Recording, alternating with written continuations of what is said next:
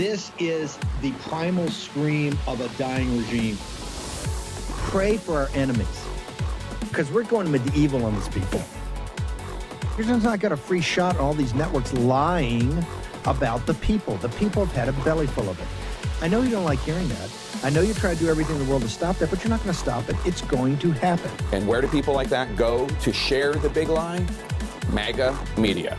I wish in my soul, I wish that any of these people had a conscience. Ask yourself, what is my task and what is my purpose?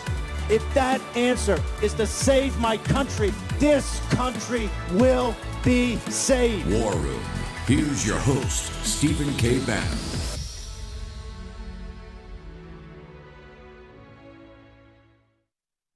You're in the War Room. It's Thursday, July 16th in the year of our Lord 2026, the eve, the pregame, I guess the show right before what will be a very historic day. President Trump hopefully delivering on the promise that we all elected him to do. I think the media gets it wrong. They myopically think it's just about the 2020 election. It's some self-centered, vindictive plot. No.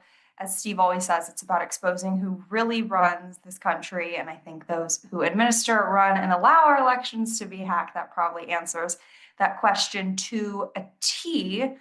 Honored to be joined by Captain James Fanell, which the audience probably knows by now means we're going to get into all things the Chinese Communist Party, which I guess is a very fitting topic ahead of likely, I guess, tonight's speech from President Trump.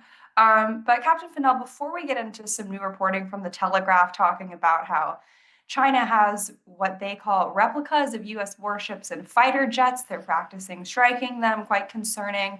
I'm curious to get your thoughts, putting the kinetic capabilities aside. You know, the legacy media acts like we're total buffoons for thinking that China has the cyber capabilities to interfere with elections, let alone the country at scale. I'm just curious your assessment, not necessarily if something like that did happen, but just how wrong the media is when they come to their diagnosis of the cyber threat that the PRC poses to the United States.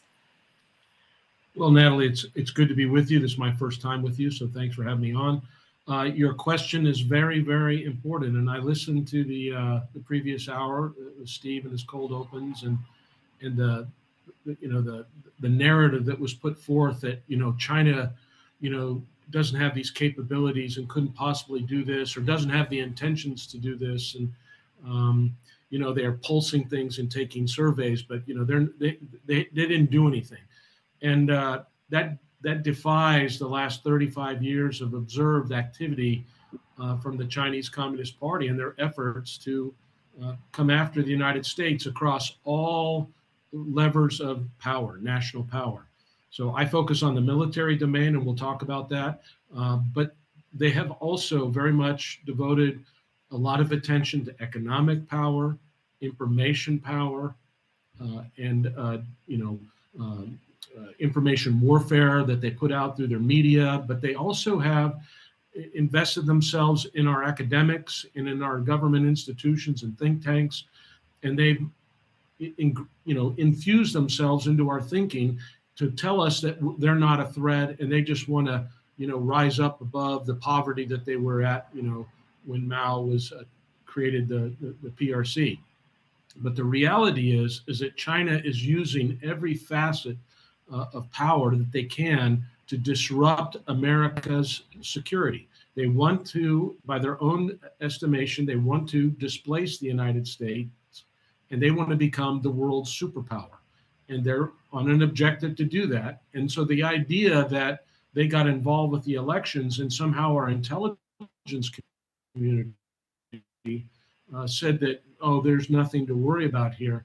That fits the pattern that we've had from the IC on so many other things, where they've told us, don't worry about this military issue. Don't worry about this economic issue. Don't worry about the yuan replacing the dollar. Don't worry about their Navy. Don't worry about their Air Force. Don't worry about their diplomatic effort to isolate Taiwan.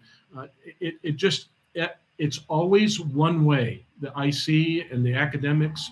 It's always don't worry about China. And Brad Thayer and I wrote a book about it. Embracing Communist China, America's Greatest Strategic Failure. And we talk about this notion of threat deflation. And so the threat has been deflated. across many fronts, across many domains from the PRC. And I expect that tonight the president's going to lay out another area where the intelligence community has deflated the threat about the PRC. And we know that by what Steve played in the open with what MS Now and their analysts have said. It's classic. And it's only becoming exposed to the mainstream of America because they haven't really, focused in on China analysis. But what those people said is, I've heard this for 30 years. It's the same approach and the same explanation of, they're not capable, or they wouldn't do that, or they have their own problems, and they want to work with us, and there's factions in China that are reaching out to us, and so they will use deception at every turn to get us to lower our guard, and we did in many ways. I talk about the naval issue. When I joined the Navy in 1986 and was commissioned, we had almost 600 warships. Now we have 300. So in 40 years, less than 40 years, we cut the size of the U.S. Navy in half, while China's Navy went from a brown water coastal Navy force to a Navy that's the largest Navy on the planet today. And we could examine air forces, strategic rocket forces, space force, cyber, you name it, in the military domain. You could do the same thing in the economic arena.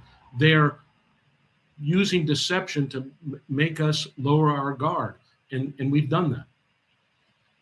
Yeah, I mean, to be frank, I think those MSNBC guests who are really all a part of that cohort of people who I think are responsible, frankly, for the kind of original sin of the globalist economic model, which is letting China ascend to the WTO, the Lao Beijing being the kind of slave labor that allows that system to perpetuate to this day. But that they still show their face on TV, let alone give their opinions on what the threat posed by the Chinese Communist Party is, consistently underplaying it.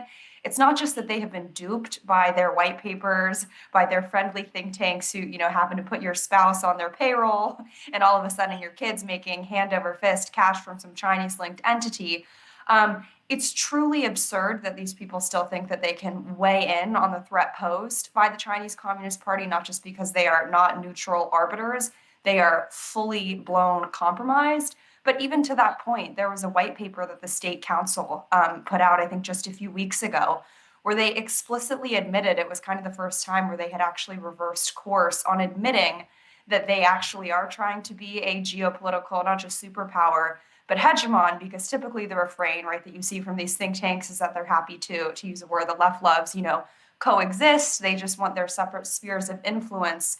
I'll pull the quotes and I'll read them in the next break, but I want to sort of link this, which I think is a quite concerning development, but also to this new Telegraph story, which I want to get into the more kinetic aspect. But there's always sort of, I think, interspersed reporting, right, where they're doing this new drill off the coast of Taiwan. They're doing this new drill in the Philippines, or they're, developing their capabilities in this one niche domain of warfare. And I think it's easy to sort of look at it myopically, but when you really put the picture together, I think it presents quite a concerning problem for the United States, especially as we're in a war with Iran, depleting a lot of our, weapons and ammunition stocks. But I am curious about this new Telegraph reporting, talking about how they have these replicas of U.S. warships, military equipment. What exactly are they doing with it? Is this an escalation? Is this a new thing that they're doing? What does this mean? Yeah, so this is a really nice report from the Telegraph. And what you see there is a construction of what is an Arleigh Burke class size destroyer, which is about just over 500 feet in length. Arleigh Burke is, just around 10,000 tons. But this is built out in western central China in the middle of the desert. And, if you go to the article, you can scroll through and see how it was constructed and then what it finally looks like. And there's numbers of ships. There's a number of outlines of ports. This is an image from 2021, actually, of an aircraft carrier that's on a rail line. And so the aircraft carrier, this simulated aircraft carrier, can transit on this rail line. And the purpose of having these identical ship types of the U.S. Navy, our aircraft carriers, our destroyers, and having them to even be able to move in the desert is to allow the PRCs, the PLA, Strategic Rocket Force. They have a force. We have a Navy, we have an Air Force, we have a Marine Corps, we have an Army. and we now have a Space Force. Well, they actually have a rocket force, and their rocket force is full of short range, medium range, intermediate range, and intercontinental ballistic missiles. And these missiles have various seeker heads at the end of the cone of the missile. And so they're going to get targeting information about certain platforms, certain locations, and they'll have that uploaded into the missile before it launches. But after it launches, in mid-course, it can get an update from the sensor in the missile, in the cone of the missile. And so those mid-course updates can come from either electronic intelligence. So if the radar is emanating, it can detect the radar signature, or it can detect and look down and see radar, a radar outline. So it'll take a synthetic aperture radar scan, and if it sees something that fits what they think is the size of a U.S. Navy destroyer, then it'll hone in on it. It'll be more precise and more likely to strike that target. And so by practicing this out in the desert, away from American collection systems, away from the U.S. press, away from our attention, we start to understand that the Chinese have been actually doing this. I don't know if Cameron can bring it up, but I have a picture that shows the outline of Yokosuka Naval Base in Japan, which is in the Tokyo Bay of Japan, where I was stationed. There it is. So this Telegraph article actually showed the picture on the right just now from new commercial imagery. But what you see in this picture is actually from 13 years ago. And on the left is the actual overhead commercial imagery of Yokosuka Navy Base and one of our aircraft carriers at the time. And on the right is this simulated, it's a mirror image of Yokosuka Navy Base in the deserts of China. And they've been practicing for 13 years to identify that base with their sensors, and then to be able to strike ships that are in port. And many times in the Christmas season, the US 7th Fleet, where I was stationed, I lived in Japan for 4 years, our ships sometimes at Christmas time are in port. And so what a better way to destroy the US 7th Fleet than to catch them when they're in port. So they have developed the systems, they've developed the intelligence collection capabilities, the missile system to be able to actually destroy those ships while they're there. In addition, they've developed sensors that would be able to cue and be able to try to find our ships while they're actually steaming around in the Western Pacific. So, and it's not just, it's US bases in Japan. So I want people to understand, we talk about China wants to take Taiwan. That's their number one immediate near-term goal by 2030, I think. They want that. But they're willing to strike American naval forces that are forward deployed, whether it's in Japan or Guam or on the Ryukyu Island chain, or now as we start to expand our operations in the Philippines. So they're going to go there when they pull that trigger. Now, they'd rather not pull the trigger. They'd rather not have to use kinetic means to achieve their objectives. But when they get to the point where they say, we have no other alternative but to do this in order to be able to stay in our timeline, which is to achieve our world domination in 2049 when we're 100 years old as a nation and achieve the great rejuvenation of China, they're going to come there. There's pressures in China right now to say we need to make a decision. If diplomacy and information warfare and economic warfare is not going to get the people of Taiwan to capitulate, then there are people in the system in China, the Chinese Communist Party, that are arguing to say we're going to have to use military force. And Xi, and before him, Hu Jintao, and likely Jiang Zemin, all ordered the PLA to be ready to have these capabilities. And Xi, who's been in power for 13 years, he's done the most of any paramount leader to get them ready to do that. And these images in the desert are a signal to us that they're practicing. And it's not just those images by themselves. We can see craters.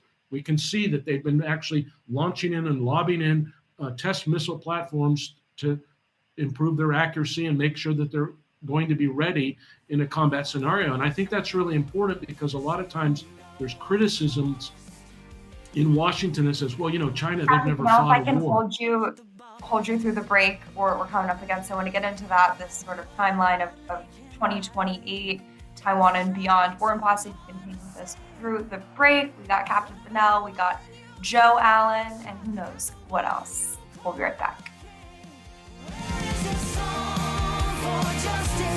We wouldn't be celebrating America 250 if it wasn't for a strong foundation set by the framers. Hamilton built America's financial foundation on the principle of sound, stable money, a principle later embodied by the gold standard. However, we abandoned that discipline in 1971 and have since seen inflation erode the dollar's value.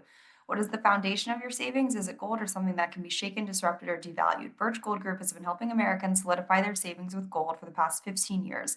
They'll help you convert an existing IRA or 401k into a tax-sheltered IRA in gold. Learn how gold fits into your portfolio by texting Bannon to 989898. You'll receive a free no-obligation info kit. Text Bannon to 989898 to get your free info kit now. War Room. Here's your host, Stephen K. Bannon.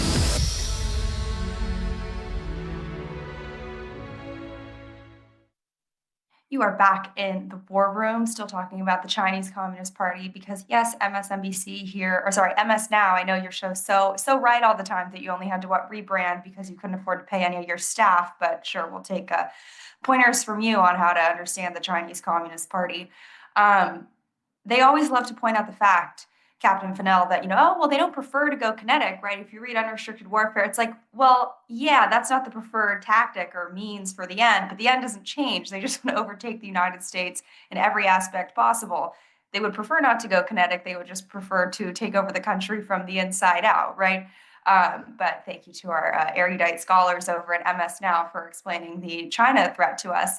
I'm curious to get your thoughts on, there's a lot of discussion and focus. I think sometimes it gets slightly mischaracterized. Xi Jinping talking about wanting to be ready to invade Taiwan by 2027. Obviously, you've seen a lot of movement.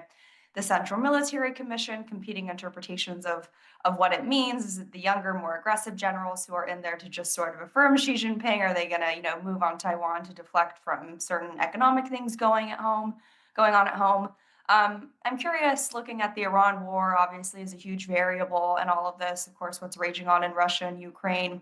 Do you still think that Taiwan is likely to be that first kinetic flashpoint, or do images like these suggest that it might not even be there? I'm just curious your sort of assessment of where you think that flashpoint would actually be. Well, Natalie, I think, like you said, if they don't have to fight, they won't. They'll try to get it through other means. And I think right now what we're seeing is a China that's very confident. Xi is in total control. He's been able to, purge out those that have not gone along with this program in terms of the modernization of the military. He's got us tied down with support into the Ukraine conflict. We're in that one way or another, economically or with some military assistance. We're definitely involved, and we've got over 15 warships, more than that, off the coast of Iran right now, 2 carrier strike groups, an amphibious ready group. So we're heavily tied down in that area, and he's been slowly moving and pressurizing Taiwan. One of the things that happened here in the last month, in June, was the Chinese kind of announced through their media that they have decided and declared that the waters of Taiwan, not just the Taiwan Strait, but east of Taiwan, are now part of China's near shores waters, and they're claiming sovereignty over it. And after they made that statement in the last month, we've had 2 kind of waves of Chinese maritime forces operating east of Taiwan. First, we had their Maritime Safety Administration for the first time ever. It's kind of a smaller kind of the Coast Guard. They were operating east of Taiwan in the last month. And then the Chinese Coast Guard a couple of weeks ago was also operating east of Taiwan. And in the latter case with the Coast Guard, the Chinese Coast Guard, they started and stopped and inspected ships, commercial vessels transiting around east of Taiwan.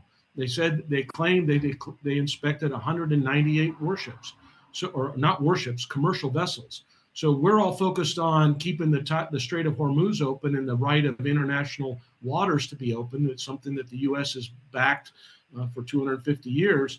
Well, we're watching China gobble that up. So that's a way to slowly kind of control something, and we may be asleep focused on other things, and we won't be able to react fast enough to stop what is effectively the starting of a blockade. And then last week on July 6th, the Chinese launched a submarine-launched ballistic missile 7,300 kilometers from the South China Sea over the Philippines, past Guam, across our territories of the Micronesia and the Federated States there, and it went into the areas in the South Pacific. It's the first time that the Chinese have ever launched an SLBM, submarine launched ballistic missile, into the South Pacific. 2 years ago, they had launched an intercontinental ballistic missile into those same waters. So in the space of 2 years, after essentially a 40-year gap of any kind of significant ICBM testing, China's done two strategic nuclear tests into the South Pacific, which is to say, in their own words in the Chinese press, they said, nuclear missiles launched from submarines deep under the sea surface are very difficult to detect and track and can be used on short notice. So they are tasked with realizing sea-based nuclear deterrence and counterstrike. So for 50 plus years, the Chinese have always claimed that they're a no first use state, that they will never use nukes in a first use scenario. Well, what we've seen over the last 5 years, since 2021, when we saw 350 ICBM silos built out in central China, we've seen the development and advance of these JL-3 10,000 kilometer missiles on these newer, improved class, Jin-class submarines. And they have this new H-20 strategic bomber. They have 3 legs of a triad. They've tested 2 of them here in the last 2 years. I would expect another test, which is to get to your point, which is to say, they may threaten us with nuclear weapons in order to achieve whatever they want to get Taiwan. So there's a lot of pressure points that they're bringing to bear: economics, diplomacy, raw military conventional power, and the threat of nuclear power, even though they say and claim we're not a first use nation. Since they launched on Monday the 6th, the Chinese government has not reiterated that they are a no first use state. They just say, hey, this was a routine test, which it wasn't. We gave it ample notification, which they didn't. And they didn't tell us any specific details, so it's not transparent. And then they lied and said it wasn't targeted against any nation. It was obviously targeted against the United States of America. So there's a lot of things that the Chinese they game out. They call it comprehensive national power. It's an actual form of government function for the Chinese Communist Party. And they will basically do a roulette wheel of different scenarios and analyze, well, if I do this here, what will happen? And they'll play it out. And if I do this in this domain, what will happen? And they'll play them all out, and they'll do them in different combinations and variations. And they keep working it as they keep pressing forward, almost like the Argentinians last night in the World Cup. They just keep pressing towards the goal of what they want. And if they come to the point where they have to use military force because these other non-kinetic measures haven't worked, then they're prepared to do that as well, although it's their last resort. I also think there's such a brilliance to their plan, right? Obviously, what you're talking about is their rapid rate of buildup, escalation through almost industrial capacity. Meanwhile, the United States has seen its factory, its industrial base, especially when it comes to the defense primes, their ability to build simple things like cheap drones, munitions, be completely atrophied. They've effectively, seized the means of production when it comes to our manufacturing capabilities. We've got a few minutes before I let you go. I just want to sort of link this all together on yet another issue that the legacy media is glaringly wrong on, and I guess some Supreme Court justices. But this idea of birthright citizenship, I believe the number from Peter Schweitzer estimates it's up to like 1.5 million quasi-Chinese nationals being American citizens. Of course, you have an open border under Joe Biden. You could have sleeper cells galore here. We do. Your thoughts on the national security threat posed by the sort of actual human infiltration of the United States? Yeah, I'm not an attorney, but when I read the Constitution and when I read about our history and how we were founded, I find it incredible that anybody could defend the notion that in the 21st century, our founders would have said, oh, yeah, sure, it's fine. You can come from communist China, a sworn enemy of the United States. You can fly over here, have a baby, get a passport, and fly back home and stay in China, get indoctrinated from the Chinese Communist Party in school, and then yet still somehow affect our elections. It's incredible, and it's very, very dangerous. And obviously the Supreme Court didn't agree with that or agreed with that it's legal. So we're going to have to find another way to stop it. But it is a danger that to have that kind of infiltration into our system that allows people to vote and to vote against our government, our form of government, our constitution, the principles that we stand for. And then when you add in, hundreds of thousands of Chinese Communist Party students, now they're not all card-carrying Chinese maybe, but they're still under the rules and regulations of the Chinese government. We have a lot of people in the country that we just don't know their status and who they're loyal to. So we have a real risk there, and you can see it reflected. People can say, "Oh, you're exaggerating," or it's a China threat, or it's even racist, they'll say. But the reality is, look at what you see in the Chinese military, just in the domain that I live in. Look at the platforms that they've built. They're almost carbon copies across air forces, naval forces, submarine, across many different spectrums. They're building things that they clearly stole from us. And so we're giving away, we're paying billions and trillions of dollars to build these systems, and then we're essentially letting the Chinese steal it from us, build it to industrial scale, as you just mentioned, and then turn around and say, we're gonna use it against you unless you do what we say. And so it's really, it can't keep going. Federalist paper where they argued for, Chinese nationals or nationals from any country, let alone our sworn enemies, to become citizens of the United States and vote in our elections. I must have missed that one. Captain Fanell, I've got to let you go. If people want to get the book, stay up to date with everything you're working on, where can they go to do that? I write sometimes on American greatness, and otherwise I'm off the net. And the book? Oh, the book is Skyhorse has it, and it's on Amazon and Barnes and Noble, other places, so you can get it there. Awesome. Thank you, sir, for joining us. We will have you back on soon. We got Joe Allen and some more China repartee after this short break. We wouldn't be celebrating America 250 if it wasn't for a strong foundation set by the framers. Hamilton built America's financial foundation on the principle of sound, stable money, a principle later embodied by the gold standard. However, we abandoned that discipline in 1971 and have seen inflation erode the dollar's value. Birch Gold Group has been helping Americans solidify their savings with gold for the past 15 years. They'll help you convert an existing IRA or 401k into a tax-sheltered IRA in gold. Learn how gold fits into your portfolio by texting Bannon to 989898. You'll receive a free, no-obligation info kit. Text Bannon to number 989898 to get your free info kit now. War Room. Here's your host, Stephen K. Bannon.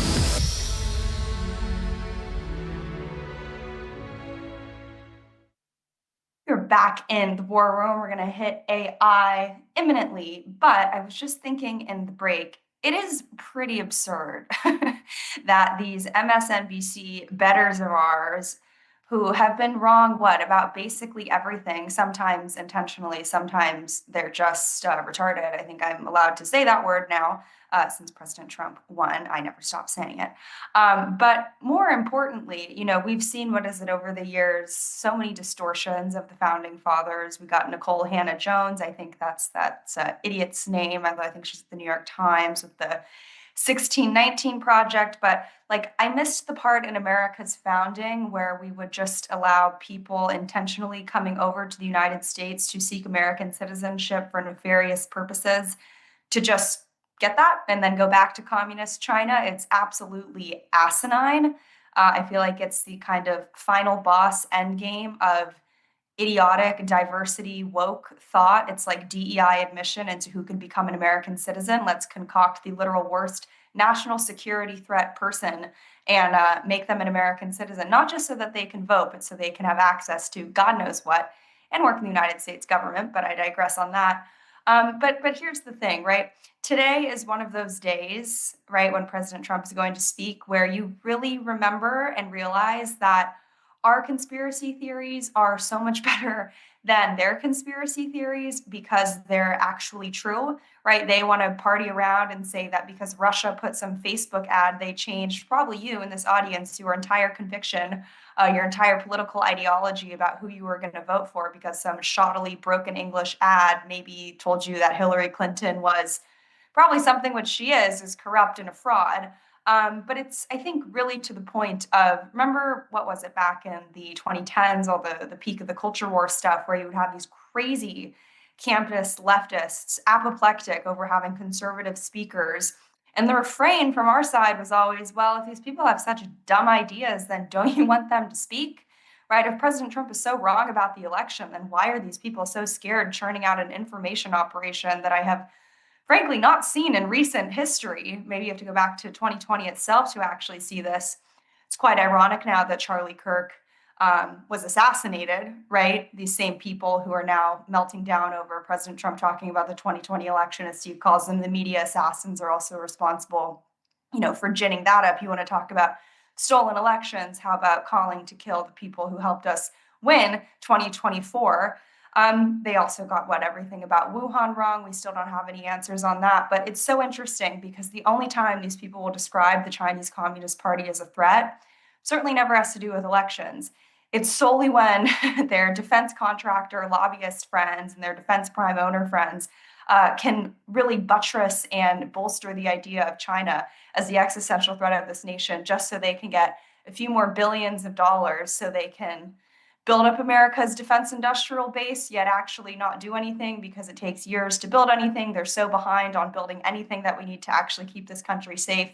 It's pretty wild. I'd also extend that critique to all of our newfound MAGA friends, the, David Sacks and Chamaths of the world, the grifters galore, all those people who, the reason why conveniently their companies seem to be on the, profiting upside of this, but why we need to basically turn over America's strategic advantage in the form of AI chips to the Chinese Communist Party is because China is such a threat. So we should make peace with them, I guess, through, cyber and digital means. It makes no sense. But, where are these people talking about President Trump's speech tonight or the 2020 election or the cyber capabilities that the PRC has to actually hack? They're stunningly silent, right? But they're willing to talk about it if it means that their shady companies can make more money, or their paymasters can see their stock values inflate to literally ridiculous levels. All these people love democracy so much, right, over at MSNBC. Well, let's see how much they love democracy tonight. How about that?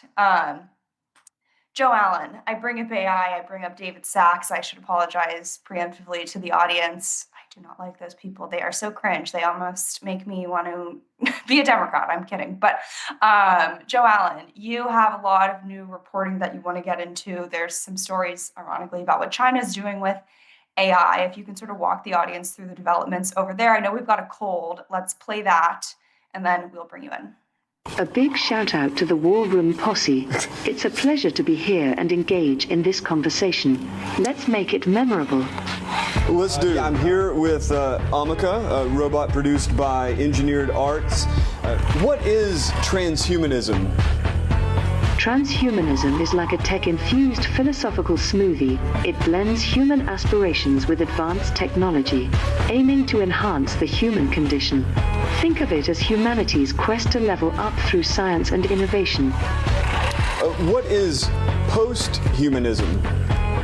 Post-humanism takes a step beyond, pondering life after traditional humanism. It's like opening a new chapter in the book of existence, where humans might transcend current biological and social limitations. It's about redefining what it means to be. Can you tell me a little bit about the technological singularity? The technological singularity is like the ultimate plot twist in humanity's narrative. It's the point where artificial intelligence skyrockets beyond human smarts, potentially reshaping society. It's as if technology grabs the steering wheel of progress and floors it into uncharted territory.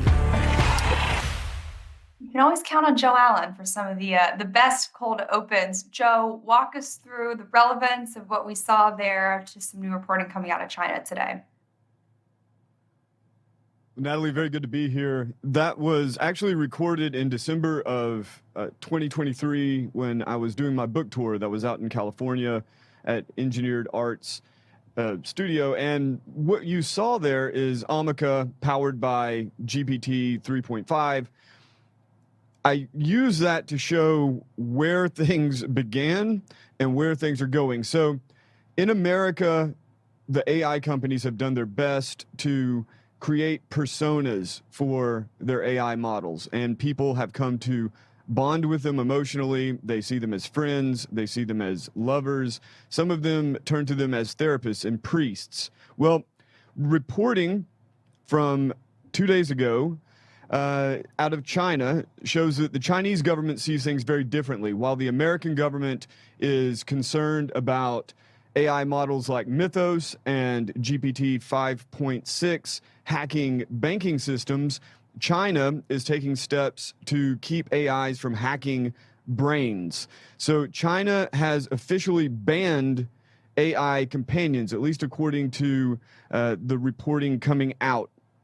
That would mean then, according to the rule book that China is turning to, no AIs will be allowed that excessively cater to users, induce emotional dependence or addiction, and damage real interpersonal relationships. And so as this comes into effect, companies like ByteDance, Alibaba, Tencent, and perhaps Highflyer that produces DeepSeek will no longer allow their bots to be sycophantic, or they'll take steps to mitigate it anyway, be sycophantic and tell users what they want to hear, or to engage in kind of emotional relationships with human beings. I think it's important to ask why China would make that decision. I can't pretend to know the motivation of the Chinese Communist Party or the people commanding the 5 government agencies that are enacting this new rule, but it could either be that China recognizes that these sorts of relationships are extremely harmful and unhealthy, and they want to make sure their citizens don't go AI psychotic. It could also be that Xi Jinping is a little bit jealous. Maybe he sees the way his citizens are bonding with these bots and looking to the bots for friendship, and maybe he feels like they should be looking to the party for that connection instead. I don't know, but what I do know is in the long run, if America doesn't take some kind of similar step, I don't mean federal law banning AI companionship or even state laws banning AI companionship, but I do think that if America doesn't use the freedom that we have to choose not to allow children or vulnerable people or lonely people or any people to become closer to AI bots than other human beings, then as we're worried about China racing ahead to superintelligence, we will race to the bottom as human beings lose their intelligence. And walk us through this Wall Street Journal story, how it all sort of links together. Yeah, the Wall Street Journal is reporting on the AI backlash leading to increased security concerns for tech executives. This is, I think, an important moment because what you see, if you'll recall when the assassination occurred where Luigi Mangione shot the insurance executive, and I was on with you, and my first response was that these sorts of acts of violence will be used to blame otherwise rational people who are making rational anti-tech or techno-skeptic arguments for these sorts of violent acts. There was a kind of AI angle with Luigi Mangione, and I think that was, you already had the first stirrings of it then. Now, what are we, a year and a half later, even more? Now, you have a lot of kind of random psychopaths who have either threatened AI tech execs or a couple who have attempted some kind of violence, shooting at their homes or throwing firebombs. No one has been hurt, but what you see then is a justification to crack down on any kind of dissent when it comes to technology. And I think that will increase even more. In the Wall Street Journal article, they note that Palantir and Oracle have increased their spending tremendously on security. And I think that kind of goes to show you that the more there is this kind of specter of violence, the more there is this boogeyman, and the more you can actually blame people who are simply talking and arguing against these people, the more justification you have for surveillance, the more justification you have to blame rational actors for irrational acts of other people. And for me, it infuriates me that the same people who talk about replacing all jobs with robots and AIs. The same people who talk about the ultimate succession of humanity into a technological species, the total replacement of humanity, or the risk that their technology might cause the human species to go extinct. Those people making those claims are furious that we are pointing them out and blaming us for the inevitable backlash. Yeah, I don't buy it, and I don't think anyone in the War Room posse does either. Yeah, the plebs, or I guess in this case the posse, is not just rolling over and accepting that this is supposed to be the greatest thing for humanity, which will conveniently, I'm sure, expand their wealth by orders of magnitude, literally never even conceivable to the human mind before 2026. Joelle, and if you can hang with us through the break, I want to drill down on some of this, expand a little bit more. It's quite interesting how these articles interconnect. War and Posse, we'll be right back after the short break. Bring it on and I will fight to the end, just watch and see. It's all started, everything's begun, and you are over, cause we're taking down the CCP. Spread the word all through Hong Kong, we will fight till they're all gone. We rejoice when there's no more, let's take down the CCP. We wouldn't be celebrating America 250 if it wasn't for a strong foundation set by the framers. Hamilton built America's financial foundation on the principle of sound, stable money, a principle later embodied by the gold standard. What's the foundation of your savings? Is it gold or something that can be shaken, disrupted, or devalued? Birch Gold Group has been helping Americans solidify their savings with gold for the past 15 years. Learn how gold fits into your portfolio by texting Bandit to 989898. You'll receive a free no-obligation info kit with an A+ rating from the Better Business Bureau and countless 5-star reviews. Let Birch Gold help build your foundation with gold. Text Bandit to 989898. War Room. Here's your host, Stephen K. Bannon.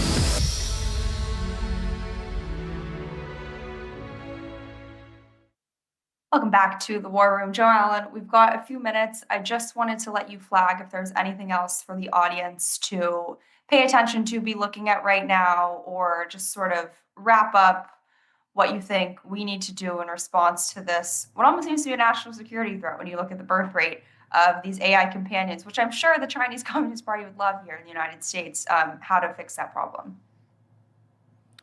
Yeah, it's interesting, Natalie, that you have the Chinese government taking such strong measures. I would imagine that a big part of it probably is that they see a kind of mass psychosis among their own population, and rather than sit on their hands, they're squashing it. But there's also probably the element that you don't want to have your subjugated citizens looking to bots for answers and granting them a kind of moral authority that the government doesn't have. Again, in the United States is going to be very different, but the conversation here is just completely toxic. You have, as I just mentioned, you have the anti-AI thinkers being blamed for random acts of anti-AI company violence. These anti-AI thinkers are also being accused of foreign influence operations, so being the tools of countries like China or Russia. Ben Shapiro, I haven't watched it because listening to his voice is more odious than listening to a robot voice, but he came out with a video, I think just yesterday, entitled "The Anti-AI Movement is a Foreign Influence Operation." Now, it's ironic because Fox News just apologized for platforming Kevin O'Leary, the data center magnate that is working on the 40,000-acre data center complex in Utah, because Kevin O'Leary accused group the Alliance for a Better Utah of being direct agents of China, and of course he had no evidence. He admits that he had no evidence. He simply made it up. And so you've got that sort of idea percolating through the media sphere.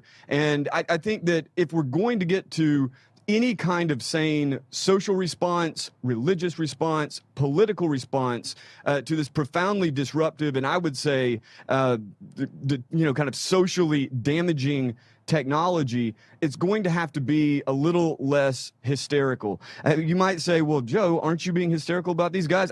I think I've basically said my piece in the sanest way one can when you have tech executives talking about chipping everyone's brains and linking them to AI systems to fight the evil superintelligence that's going to kill us all. I think if you call me the crazy one for simply saying that's a bad way to do business, then I guess I'm guilty as charged. But yes, Natalie, I think that the real key to all of this is going to be to keep trucking forward, to not ever accept the mantle of being either a foreign influence operative or not to ever accept the idea that your ideas are leading to violence. And certainly if people start Fed posting at you or they show up to your meetings talking about violence, you want to flag them as most likely either a Fed operative or a psycho. But again, you got to keep trucking forward. The AI companies have all the money.